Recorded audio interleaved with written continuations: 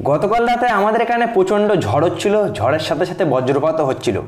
যেহেতু আমি গ্রামে থাকি সেহেতু নেটওয়ার্কও তেমন পাই না, ঝড় বৃষ্টি আসলে নেটওয়ার্ক উড়ে যায়, সেই জন্য আরসিবির দ্বিতীয় ইনিংসে আমরা দেখতে পারিনি। কিন্তু বন্ধুরা সকালে উঠে এটা কী দেখলাম, 177 রান চেস করতে নেবে আরসিবি, যেখানে ডুপ্লেসি 3 রান করে আউট, ক্যামেরন গ্রিন 3 রান করে আউট, গ্লেন ম্যাক্সওয়েল 3 রান করে আউট। সেখানে বিরাট কোহলির 49 বলে 77 রানের একটা ইনিংস, যেখানে 11টা 4 2টো 6। একটা সময় বিরাট কোহলি আউট হয়ে গেলেও সেই আমরা ফিনিশার ডিকেকে আবার কিন্তু দেখতে পেলাম দীনেশ কার্তিক 10 বলে 28 রানের একটা অসাধারণ ব্রিলিয়ান্ট ইনিংস, যেখানে 2টো 6 আর 3টে 4। লাস্ট ওভারে আরশদীপের ওই ওভারে একটা 6 একটা 4 মেরে অসাধারণভাবে কিন্তু আরসিবিকে ম্যাচটা জেতালো। আর দীনেশ কার্তিককে সাপোর্ট দিয়েছিল মহিপাল লোমড়োর, সে কিন্তু 8 বলে 17 রানের একটা ব্রিলিয়ান্ট ইনিংস খেললো আর আরসিবিকে প্রথম জয় তুলে দিল তাদেরই ঘরের মাঠে। আমরা জানি যে আরসিবি এর আগে ম্যাচ হেরে গিয়েছিল, প্রথম ম্যাচ চেন্নাইয়ের সাথে, কিন্তু আজকের দ্বিতীয় ম্যাচটা তাদের ঘরের মাঠে। তাদের ফ্যান্সরা এটাই আশা করছিল যে ম্যাচটা জিতবে, আরসিবি কিন্তু ম্যাচটা জিতলো।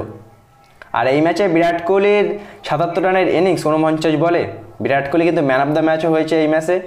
আর 100তম 50 ক্রিস গেল ডেভিড ওয়ার্নারের পরে তৃতীয় ব্যাটসম্যান হিসেবে কিন্তু 100তম 50 করলো টি20তে বিরাট কোহলি। এই ইনিংস দেখার পরে কি এখনও বন্ধুরা নিন্দুকরা বলবে যে বিরাট কোহলিকে টি20 বিশ্বকাপে নেওয়া উচিত না, তার স্ট্রাইক রেট খারাপ? একেবারে এই বন্ধুরা তারা হয়তো বলতে পারবে না, তাদের একটু লজ্জা লাগবে, বা তাদের যদি লজ্জা নাও থাকে তাও তারা বলতে পারে, কিন্তু এই বিরাট কোহলিকে বিশ্বকাপে অবশ্যই ভারতীয় দলে রাখা উচিত। যাই হোক বন্ধুরা, আরসিবি তো প্রথম ম্যাচ জিতলো। আজকে আরও একটা সুপারহিট ম্যাচ আছে চেন্নাইতে, চেন্নাই ভার্সেস গুজরাট টাইটান্স। দুটো টিমই কিন্তু তাদের প্রথম ম্যাচ জিতে আসছে।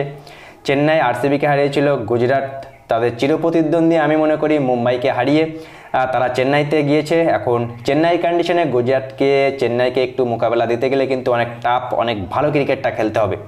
তার কারণ আমরা জানি যে আইপিএলের যে কোনো কঠিন টিম চেন্নাইতে গিয়ে হারানোটা অনেকই ডিফিকাল্ট, অনেকেই কিন্তু সেটা পারে না। অনেকেই বন্ধুরা বাংলাদেশি ফ্যানেরা এটা ভাবছিল যে মোস্তাফিজুর রহমানের প্লেইং 11-এ জায়গা হবে কিনা।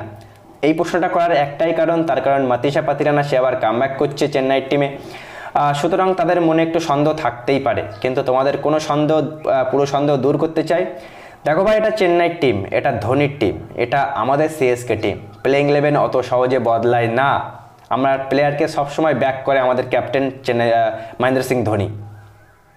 হ্যাঁ বন্ধুরা, আমাদের ক্যাপ্টেন মহেন্দ্র সিং ধোনি। আজকে যখন প্লেইং 11টা মাঠে নামবে চেন্নাইয়ের টিম, তখন তোমাদেরকে বলে রাখি যে সেম প্লেইং 11 থাকবে। মোস্তাফিজুর রহমান প্রথম ম্যাচে 4 উইকেট নিয়েছিল, সেই ম্যাচও খেলবে, এটা কনফার্ম, তোমরা ধরে রাখো।